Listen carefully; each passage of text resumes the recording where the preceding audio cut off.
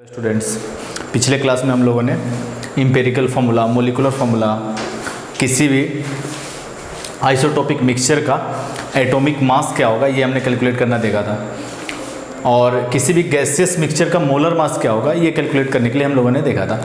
Empirical formula का last हमने एक प्रॉब्लम किया था, उसमें कुछ चीज़ें रह गई थी, उसको हम लोग डिस्कस कर लेते हैं। ठीक है, वहाँ पे मैंने आपको बताया था कि मोलिकुलर मास जो था CH4 का वो 96 था, वहाँ से n का वैल्यू आपको मिल गया था 3।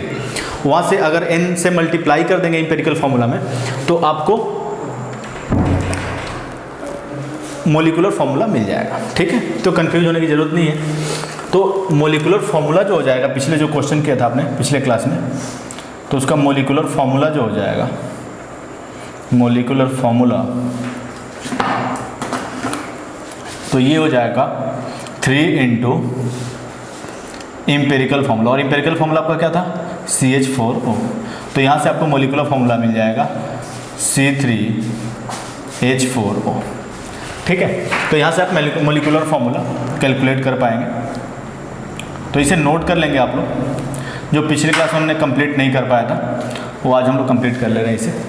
तो ये आपका हो जाएगा मोलिकुलर फार्मूला। जब हमने कार्बन लिया था 37.5%, हाइड्रोजन लिया था 12.5% एंड ऑक्सीजन लिया था 50%। तो उस केस में जो मोलिकुलर फार्मूला होगा आपका CH4O, जब मोलिकुलर मास होगा मोलिक्यूल का 96 होगा, उस केस में ये आपका मोलिकुलर फार्मूला हो जाएगा। तो इसे नोट कर लेंगे आप लोग। नेक्स्ट हम लोग आज बहुत ही इंपॉर्टेंट टॉपिक स्टार्ट करने वाले बच्चों, और बहुत ही ईजी भी है, तो उसे हम लोग डिस्कस कर रहे हैं। तो ये नेक्स्ट टॉपिक जो है आपका स्टोइकियोमेट्री। स्टोइकियोमेट्री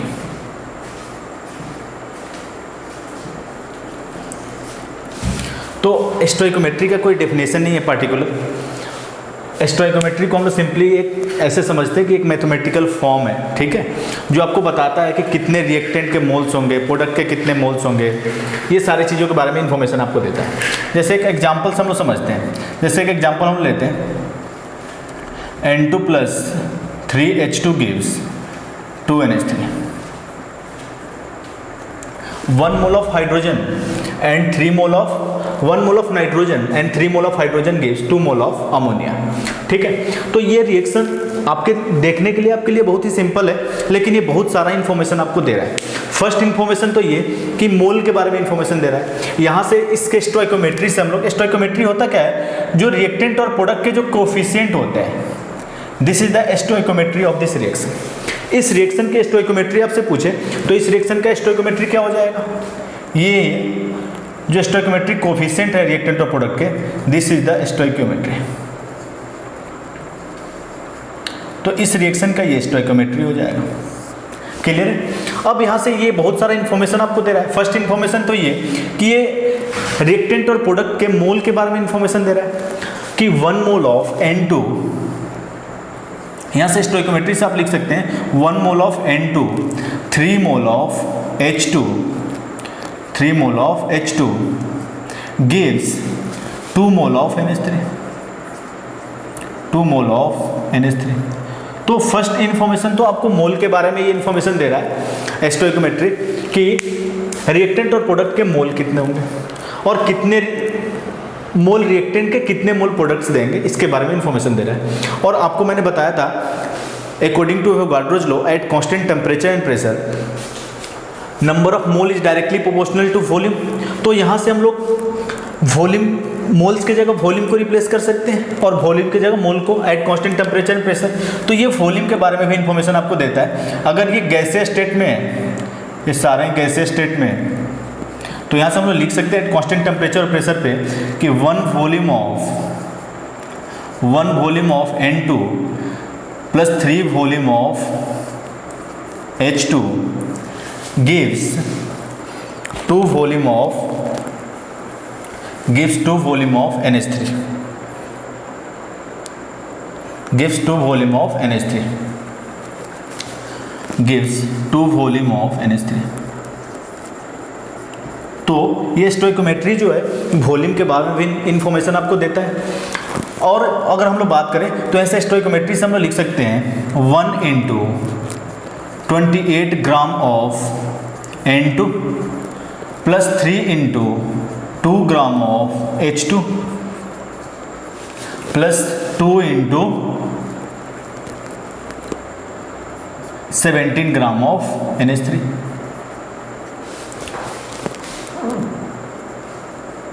और पहले भी मैंने आपको बता रखा है कि किसी भी मॉलिक्यूल्स का मोलिकुलर मास हम लोग कैसे कैलकुलेट करेंगे, आपको आता है कैलकुलेट करना। NH3 की बात करें तो NH3 का मोलिकुलर मास कितना हो जाएगा, नाइट्रोजन का 14 और हाइड्रोजन का 3, तो 14 प्लस 3 17 हो जाएगा, तो 2 इंटू 17 ग्राम ऑफ NH3। तो ये मास के बारे में भी इंफॉर्मेशन देता है। 28 gram of N2 gives 6 gram of H2 plus 32 gram of NH3। तो यहाँ से ये इन सारी चीज़ों के बारे में इंफॉर्मेशन आपको स्टोइकोमेट्री देता है। तो स्टोइकोमेट्री एक सिंपल मैथमेटिकल टर्म है, इसका कोई पार्टिकुलर डेफिनेशन नहीं है। इसको न्यूमेरिकल में हम लोग कैसे अप्लाई करेंगे इसे हम लोग देखते हैं। ये स्टोइकोमेट्री कैसे हेल्प करता है आपको किसी भी रिएक्शंस में किसी रिएक्टेंट का या प्रोडक्ट का अमाउंट कैलकुलेट करना है, तो स्टोइकोमेट्री आपको कैसे हेल्प करता है उस चीज़ को हम लोग आज डिस्कस करने वाले हैं। देखो एक क्वेश्चन करते हैं छोटा सा इस पर, और आप इजीली समझ भी पाएंगे, ठीक है।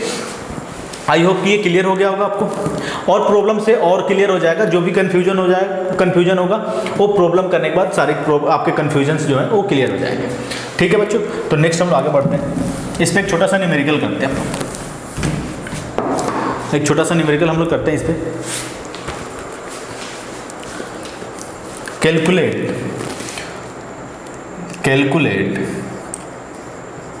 Calculate mass of O2, calculate mass of O2 gas produced, calculate mass of O2 gas produced on heating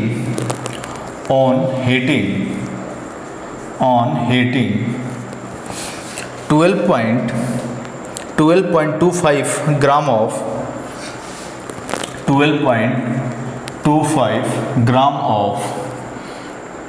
12.25 gram of KClO3।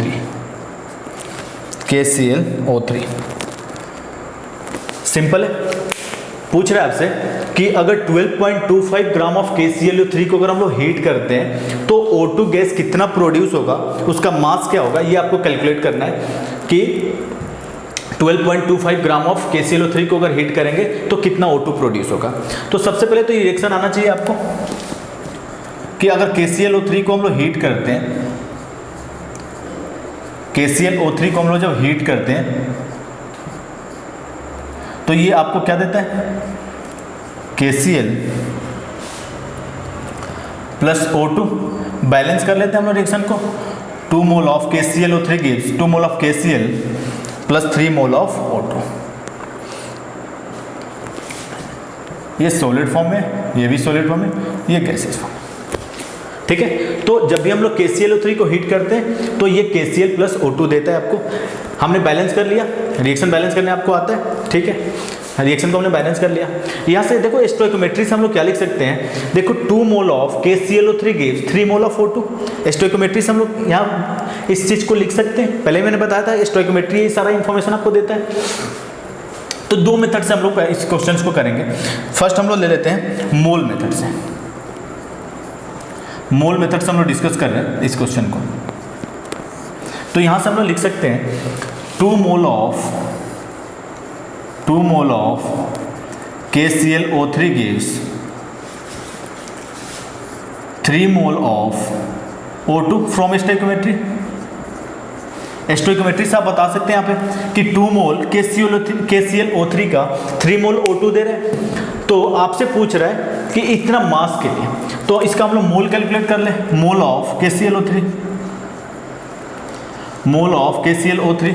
तो मोल कितना हो जाएगा KClO3 का, मास अपन मोलर मास 122.5। KClO3 का मोलर मास कैलकुलेट करेंगे तो KClO3 का मोलर मास कितना हो जाएगा, इजी है। पोटेशियम का कितना हो जाएगा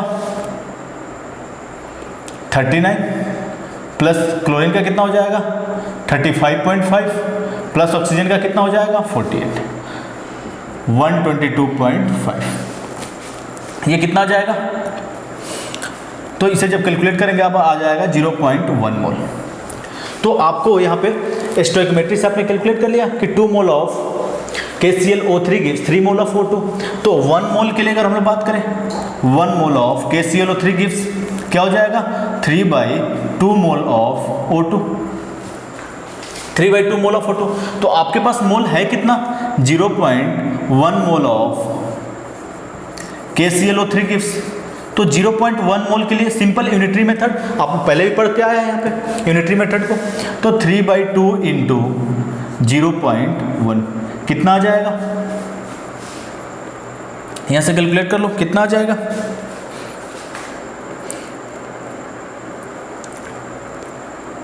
ये आपको मोल मिल गया, ये आपको मोल मिल गया 0.3 डिवाइडेड बाई 2। कैलकुलेट कर लो कितना आ जाएगा।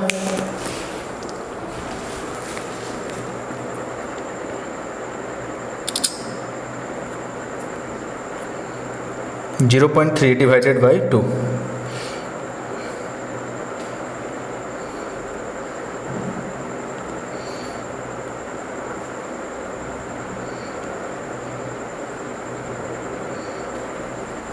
जीरो 0.15 मोल, 0.15 मोल मिल गया आपको। क्लियर है।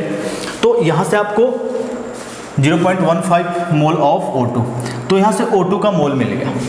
तो अगर हम लोग यहाँ पे मास की बात करें, mass of O2, mass of O2 तो क्या हो जाएगा, mole of O2, mole of O2 into molar mass, into molar mass. और O2 का मोल कितना है 0.15 इंटू मोलर मास कितना हो जाएगा 32। जब इसे मल्टीप्लाई करेंगे आप तो ये आपका आ जाएगा 4.8 ग्राम। तो यहाँ से आपका ऑक्सीजन कितना प्रोड्यूस हो जाए ये आपको मिल जाएगा। तो अगर 12.25 ग्राम ऑफ KClO3 को अगर हम लोग हीट करते हैं तो आपको ऑक्सीजन जो प्रोड्यूस होगा 4.8 ग्राम। तो आई होप कि क्लियर हो गया होगा कैसे अप्लाई करेंगे हम लोग इस फॉर्म को, ठीक है। तो स्टोइकोमेट्री से हम लोग यहाँ पे कितना अमाउंट प्रोड्यूस होगा, कितना अमाउंट रिक्वायर्ड होगा, सारी चीज़ें कैलकुलेट कर सकते हैं। क्लियर है बच्चों, ईजी है, समझ पाए होंगे आप। नेक्स्ट इसको सेकेंड मेथड से हम लोग इसी क्वेश्चन को करते हैं। नोट कर लिया आप लोग, उसे नहीं नोट किए तो नोट कर ले इससे पहले।